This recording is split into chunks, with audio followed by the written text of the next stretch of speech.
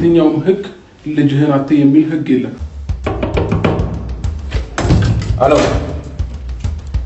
አብርሃም አንተ ነው?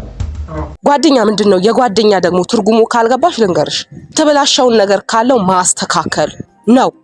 አንቺ ግን እያደረግሽ ያለሽው በዚህ በጎን እኔ ምን አደረኩ ምክንያታችሁን ያደለሁን ቅብጥር ሴት ያለሽ እዛ ጋር ደግሞ ሄደሽ ከሱ ጋር የምታደርጊው አክት ደግሞ ያንን አይገልጽም። ከትላንቱ አስደንጋጭ ክስተት በኋላ ሩታ አብርሃምን ፍርድ ቤት ልታቆመው መሆኑን ሰምቻለሁ ማለት ነው። እውነት ነው። ትላንትና የተፈጠረው ነገር ለሌሎቻችሁ ቀላል ሊመስል ይችላል፣ ግን ለሩታ ምን ያክል ነገሩ ከባድ ሊሆን እንደሚችል ግልጽ ይመስለኛል ማለት ነው። አብርሃም ከራሱ ጋር አይደለም፣ በቃ እንደ ሕፃን ልጅ እየተበሻሸቀ መኖር የሚፈልግ አይነት ሰው ነው። አንደኛ ፍቅርን የሚያመጣበት ወደ ህይወቱ ትልቁ ዋነኛ ምክንያት እሱ ነው።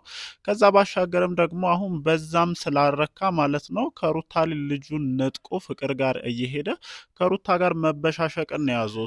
በእንደዚህ አይነት ሁኔታ ደግሞ ከዚህ ልጅ ጋር መቀጠል የሚቻል አይመስለኝም። ከዚህ ቀደምም ሩታ ይሄንን ነገር ደጋግማ ስትለው ነበረ።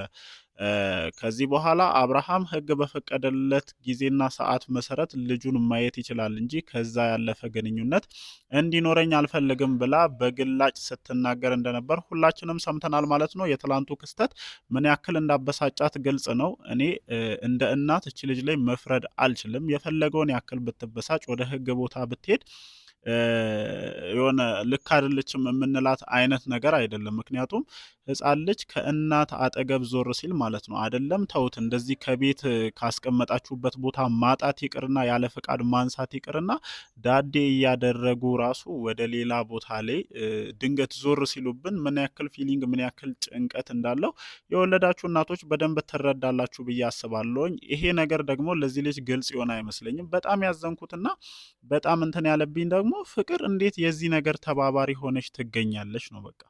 አዎ ልጁ የሁለቱም ነው። አዎ አብርሃም ጋር መሆን ይችላል። ግን ያለ ፍቃዷ እሷ በማታቀበት ሁኔታ ልጅን የሚያህል ነገር አንጠልጥሎ መምጣት ምን ማለት ነው? እቺ ልጅ ምን አይነት ፊሊንግ ይሰማታል የሚለውን ነገር እንኳን ማሰብ መቻል ነበረብህ። ከዛ ውጪ ልጅ መበሻሸቅ አይደለም። ይሄንን ነገር በደንብ አትኩሮት ሰጥታችሁ እንድታውቁ ፈልጋለሁ። በቃ ልጅ መበሻሸቅ አይደለም። እናንተ እንደፈለጋችሁ ሁኑ።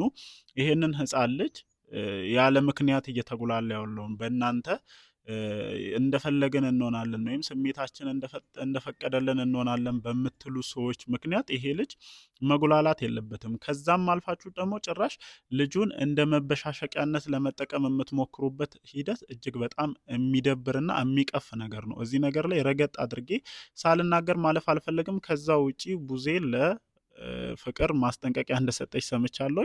ያንቺ ማስጠንቀቂያ እንኳን እኔ ብዙም ከቁብ የምቆርጥረው አይነት ነገር አይደለም፣ እውነቱን ስነግርሽ ማለት ነው። ምክንያቱም ምን አይነት አስተሳሰብ እንዳለሽ ወንድምሽ ላይ ያለሽ አመለካከት ምን አይነት እንደሆነ በግልጽ ለሁላችንም ማሳየተሻልና ዛሬ አብርሃም ወይም ወንድምሽ አንቺ የማትፈልጊበት ቦታ ስለሄደ ብቻ ነው ፍቅርን ለማስጠንቀቅ የሞከርሽው። ይሄ ማስጠንቀቂያ የዛኔ አብርሃም ሩታን ትቶ ወደ ሄርሜላ ሲሄድ ቢሆን ኖሮ ኖ ወንድሜ ስህተት የሆነ መንገድ እየሄድክ ነው ብትይ ኖሮ ችግር የለውም። ግን እናንተ አሁንም ድረስ ይሄን የህፃን ስራ የሚሰራ ወንድማችሁን ጥብቅና እየቆማችሁ የሚያደርገው ነገር ሁሉ ትክክል እንደሆነ ማለት ነው። እኔ በጣም ነው ትላንት የገረመኝ ጋይስ፣ እውነቱን ልንገራችሁና ማለት ነው። ካሌብ በጣም ስሜታዊ ሆኖ ሲያወራ ወንድሜን እንደዚህ እንድትናገር አልፈልግም ምናምን። ኧረ እባክህ እንዴ!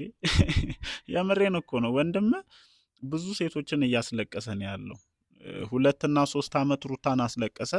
ይሄው 1 አመት ሙሉ እረፍት ሳይሰጣት አሁን ሄርሜላን ማስለቀስ ጀምሯል። በቀጣይ ማንን ሊያስለቅስ እንደሚችል አናቅም።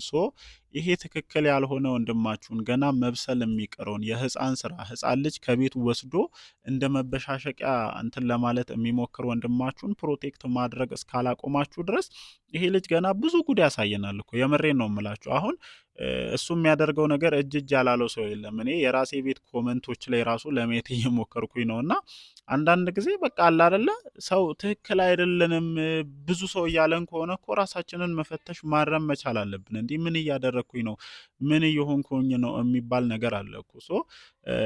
ሩታ ወደ ህግ አካል ጋር መሄዷ የሚደገፍና ትክክለኛ ሀሳብ ነው። በቃ በልጅ ቀልድ የለም። ልጁ የምርም ያንተ ሊሆን ይችላል ያንተ ነው። ግን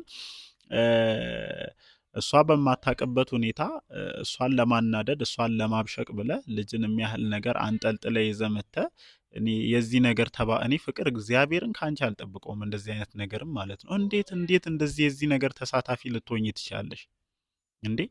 በራስሽ ህይወት ስትራግል ውስጥ ምን አይነት ነገሮችን እንዳሳለፍሽ ረስተሽ ነው ዛሬ ነው የሩታን እንባ ማየት ፈልገሽ ነው? እስኪ ልጅ ከፊታችን ዞር ሲል ማለት ነው። ልጆች እኮ በጨዋታም በዳዴም በምንም በአጋጣሚም በቃ ከፊታችን ዞር ሊሉ ይችላሉ። ካስቀመጥናቸው ቦታ ልናጣቸው እንችላለን።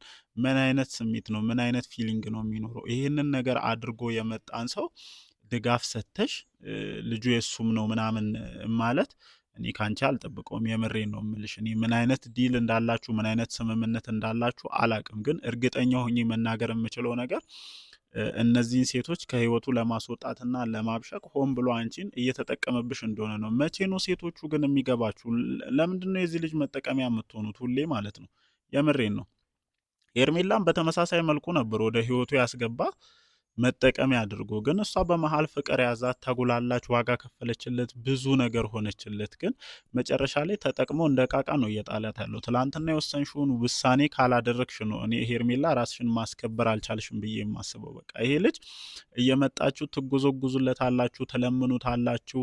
ጥፋተኛ እሱ ሆኖ ሳለ እናንተ ይቅርታ ጠያቂ ናችሁ። ሶ ይሄ ልጅ እንደዚህ ሊጨማለቅ የማይችልበት ምንም አይነት ሪዝን የለምና እባካችሁ ወደ ራሳችሁ ተመለሱ። በመጀመሪያ ደረጃ እሱን ተውት፣ እናንተ ወደ ራሳችሁ ተመለሱ። የራሳችሁን ህይወት መኖር ጀምሩ። ሩታም ወስናለች፣ በዚህ በኩል ሄርሜላም የመወሰን አዝማሚያ እያሳየች ነውና ምንም እንዳልሆነ እንድታሳዩ ትፈልጋለሁ። በቃ ምንም እንዳልሆነ ማለት ነው። አለ አይደለ? እናንተ የሰጣችሁት ቦታ ነው።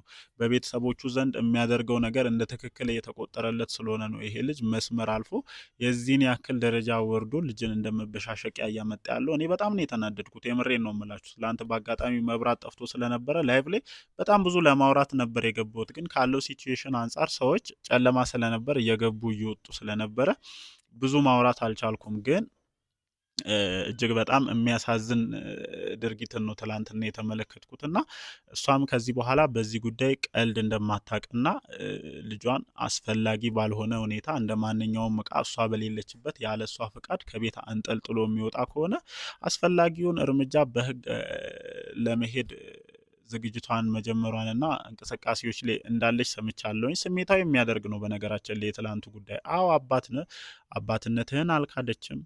አባትነትህን ረግጠህ አልፈልግም ብለህ ወጥተህ ከሌሎች ሴቶች ጋር እንደፈለክ አሸሼ ገዳሚ እያልክ ያለው አንተ ነህ። ስለዚህ እችን ልጅ ያለ አግባብ ልታጠቃ የምትችልበት ምንም አይነት ምክንያት የለም። የምሬን ነው የምልህ።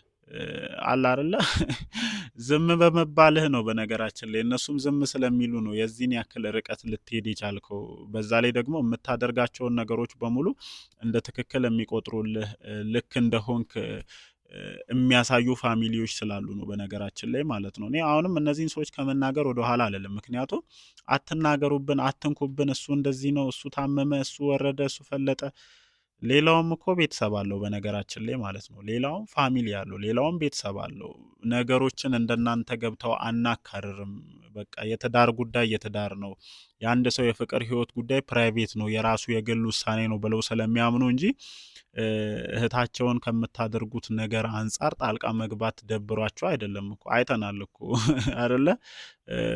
በአቋምም በብዙ ነገርም ሻል ያሉ ወንድሞች እህቶች እንዳሏት ምናምን እናውቃለን እኮ። ነገሮችን ማባባስ ስለማይፈልጉ ይመስለኛል።